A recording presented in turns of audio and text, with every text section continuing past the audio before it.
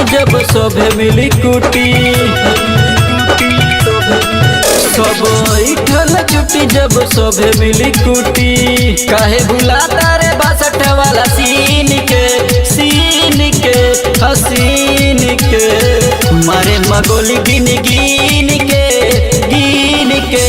नाम मिटा दे हम चीन के। मारे मगोली गिन के नाम मिटा दे हम चीन के।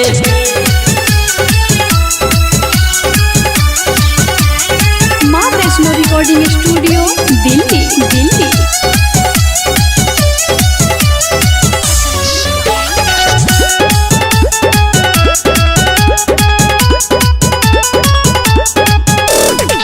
चाइना में दे हम न बैना, लाइव न कुछ कीन के।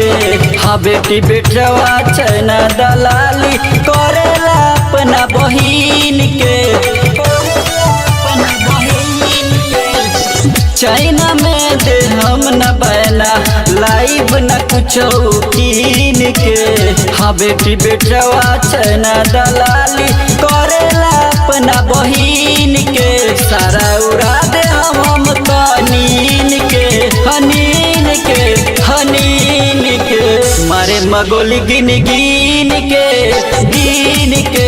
नाम मिटा दे हम चीन के। मारे मगोली गिन के नाम मिटा दे हम चीन के।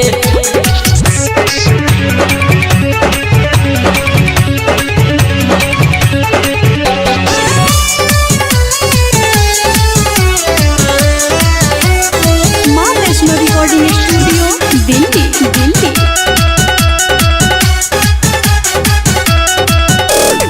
जब ले पीएम रहिए मोदी, चल न तोर कोनो चारा रे। राजनाथ अमित शाह कैले देश के हारा भारा रे।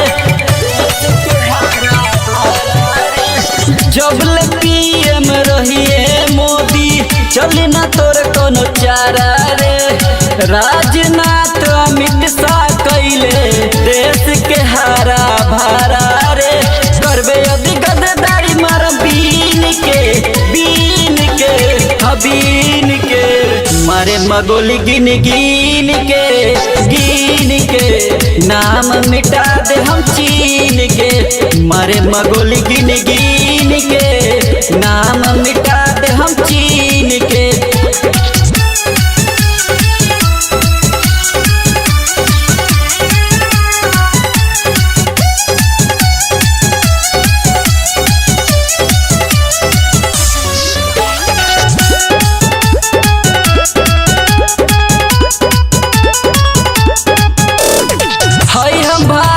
माँ के बेटा रखी जुनून खून में, एको गज नाही ले दे हम तोहे मिलाइब नून में।